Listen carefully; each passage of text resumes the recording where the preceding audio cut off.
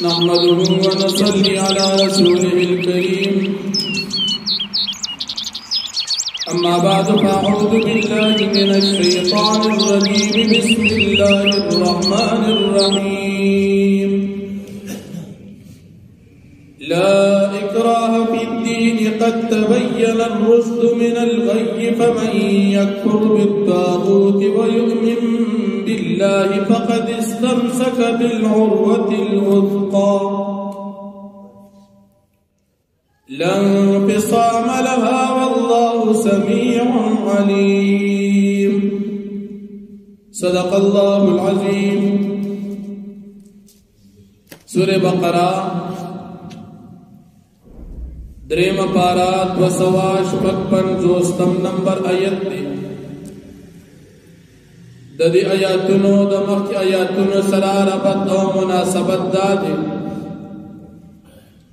فمخی آیاتونو کی پا آیت الکرسی کی دا اللہ رب العالمین توحید او دا ایمان بنیاد ذکر شو اس پدی آیاتونو کی دا ذکر کی گی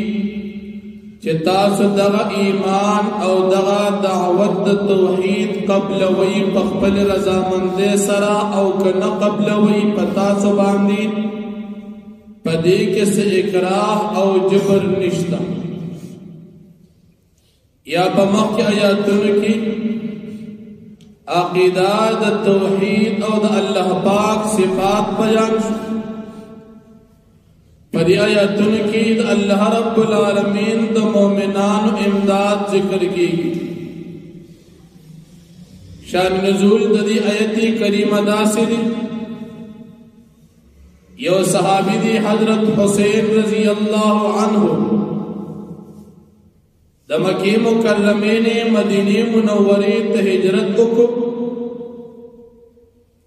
دا جاہلیت پا زمانہ کی دا مکی دا مشرکان رواج دو چی دوی بخبل بچی مدینی منوری خیبر یہودیان توليگل چی زمان دا بچی انت تعلیم زدکی یہودیت عیسائیت دین زدکی دی صحابی ہم دا اسلام روڑن نوڑان دی بل دو زامن مدینی منوری تلی گلیو یہودیتی قبول کریو دا یہودیانو پا کفالت او پا تربیت کیو کلچی دے صحابی دا مکی مکرمین مدینی منوری تہجرت کو ندی صحابی دا خپل بچولی دل چلی پا یہودیت دین باندی دی دی صحابی خپل بچوت دی اسلام دعوت ورک او خپل بچی دا پا اسلام او پا دین باندی دراڑور دا پار مجبور کرل اللہ رب العالمین دا آیت کریم نازل کو چی دین اسلام تاسو کراڑول پدے کے تاسو سوک مجبور کوئی ماں دعوت دے ورک قبول کو دے رہا کہ قبول نکنو پزور پی دین اسلام تاسو نشی رو یو پھر حضرت عمر فاروق رضی اللہ عنہ یہ بھی بڑے زنانتا دا اسلام او دا دین دعوت پر اگر بڑے زنان انکارو ایمان نرو عمر فاروق رضی اللہ عنہ فرمائے اللہم اشہد یا اللہ پاک تگواہ اسے ما دی زنانت تخبل دعوت دین ورگ لیکن دی ایمان رو نو او بے فرمائے لا اکراہ فی الدین قد تبین الرشد من الغی دین کی اکراه نشتا څوک دین ته راړول په زور باندې نشتا ما خپل غاړه خلاص کړه اوس دې دعوت ته ما قبول نک ایمان نړو د دې آیت کریمه د خاطر مې پرې خودلا لا اکراه فی الدین اس کے پدے دے کے سو اعتراض دا اعتراض عموما مفسرین هم نقل کړي چې په دین کې اکراه نشته نو بیا چې یو سړی مونږ نه کې نو سزا ولې ورکړي یو سړی د روزي خوري نو سزا ورل بیا ولې ورکړي یو سړی دی غلا کوي زنا کوي نو سزا بیا ولې ورکړي دا هم اکراه په زور په سړی مونږ کې په زور په روزي نشي په زور د ګناه نه منع کې دا خدای لا اکراه په دین سره خلاف راځي مفسرین فرمایي لا اکراه په دین په دین اسلام کې داخله ول په زور باندې نشته د لا اکراه په دین چې یو سړی دین کې داخل نه دی نو دی داخله ول په اکراه او په زور نشته او چې دین کې داخل شو اوس پر دې دین احکامات منی او کنه منی ته به سزا ملایي دی مسلمان شو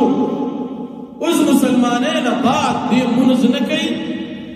روزي نه نشي طلاق کوي زنا کوي قتل کوي نو دغه لپاره بیا سزا شته او دا شان شي بنی اسرائیل ته ویل شو تورات منی او مونږه منو موسی علیہ السلام باندې ایمان دې آو او چې کله بیا د تورات احکامات نه منل الله پاک په غر او چتو وَإِذْ نَتَقْنَا الْجَبَلَ فَوْقَهُمْ كَأَنَّهُ ذُلَّةٌ وَظَنُّوا أَنَّهُ وَاقِعٌ بِهِمْ خُذُوا مَا آتَيْنَاكُمْ بِقُوَّةٍ وَاذْكُرُوا غره په وجود کې منی کنه منی علم منی کنه منی چې هغه د موسی علی السلام دین قبول کړو منل چې موسی علی السلام زموږ پیغمبر دی او تورات کتاب من منو د موسی علیہ السلام د شریعت پابندی به موږ کوو لیکن کله چې بیا نه کوله د هغې په برابرې سزا ورته ملاوېده چې ولې تاسو منلې دي اوس یې ولې عمل نه کوئ چې دین اسلام کې یو پیره داخل شوي اوس به احکامات مني او که احکامات نه مني د هغې مطابق به سزا ملاوېږي اوس د لا اکراه فی الدین د دې مطلب دا دی چې دین کې داخلېدل په زور نشته لکه مثال یو سړی د زوی کافر دی دا زوی نشي مجبوره کولی چې شبه کلمه وایي کنې مړ کوم دي نه داسې نشي کولی که کلمې وویله او بیا مونځ نه کوي نو غوسه کېدی شي سزا ورکولی شي خو چې کلمې نه دی ویلې نو په زور پې کلمه یا مونځ وغیره څه نشي کولی او بل الله رب العالمین د مؤمنان امداد ذکر کوي چې مؤمنانو سره ما دا امداد وکړي دیمه د جهالت او د کفر د تیارو نه راوستل او د هدایت او د ایمان پر اړه کې داخل کړ دا الله پاک امداد او مرګتیا ده او د کافرانو مرګتیا سره کافر وتاړو باسي د ایمان درنا نه کفر ته کافر ته بلار کول غواړي او الله رب العالمین ته بلار کول غواړي الله مرګتیا د کافر د دوستانه نه ډېر غواړي او دا الله مرګتیا دا د پیغمبر په تابعداري کې اوس که څوک چې مثال دا جهاد هم یو اکراه یو سړی دی کافر دی اسلام نه مني او د سره جهاد کې دا هم یو قسم اکراه نو جهاد دا د تمام انسانیت د زندگی مطابق یو قانون دی لکه مثال یو ملک یو نظام دی یو قانون دی او یو سړی را پاسې د ملک دا قانون نه منم دی بغاوت کی نو د دنیا په هر قانون کې د لپاره سزا شته کاغه د کفر قانون دی او کاغه د اسلام دی د ملک قانون ولې نه مانی دا باغی دی د سزا ورکړي نو د الله رب العالمین قانون ولې نه مانی اسلام ولې نه مانی د تدانو چې د اسلام قبول کې ایمان راوړ نه د اسلام غلبه اومن د اسلام غلبه چې نه مني هغه پورې ودا جهاد جاری وي چې کافر یا د مسلمان د پاره ټیکس ور کوي او یا کافر دا توبه وباس ایمان دین الله بل لار پر نشته جهاد طرف پورے بجاری د دې وجه قرآن کې الله فرمایي وقاتلوهم حتى لا تكون فتنه مراد کفر تر کومه چې کفر وي جهاد بجاری وي نو الله جل شانه فرمایي لا اکراه فی الدین نشته دی اکراه او جبر په دین قبل ولو کې ابتداء قد تبين الرشد من الغي فتاقی سر واضح شوی دی ہدایت دا سرکشی و دا گمراہینا فمن یکفر بالتاغوت پس چاچے کفر کو انکار کو بالتاغوتی دا شیطان یا دا بت یا دا غیر اللہ دا امداد و دا عبادتنا فمن یکفر چاچے انکار کو بالتاغوتی دا غیر اللہ دا بندگینا ویؤمن باللہ او ایمان روڑو پا اللہ پاک باندی فقد استمسکا فتاقی سر دزان کلک منگولی لگولی بالعروت الوثقا پا مضبوطا رسے باندی پا مضبوطا کڑے باندی دا سے کڑے او دا سے رسے چا دیر مضبوطا لن پسام لها چی نشتری کٹ کے دلو ماتی دل داغی دپارا واللہ سمیع علیم او اللہ پاک اوریدن کی دیستا صدا قوادو علیم او پی دیستا سپنیتن باندی اللہ ولی الذین آمنوا اللہ پاک مددگار دائے کسان چغی مومنان یخرجهم من الظلمات اللہ پاک روباسی دی خلق لرادت یرود کفرنا الى النور ہدایت درناد ایمان تا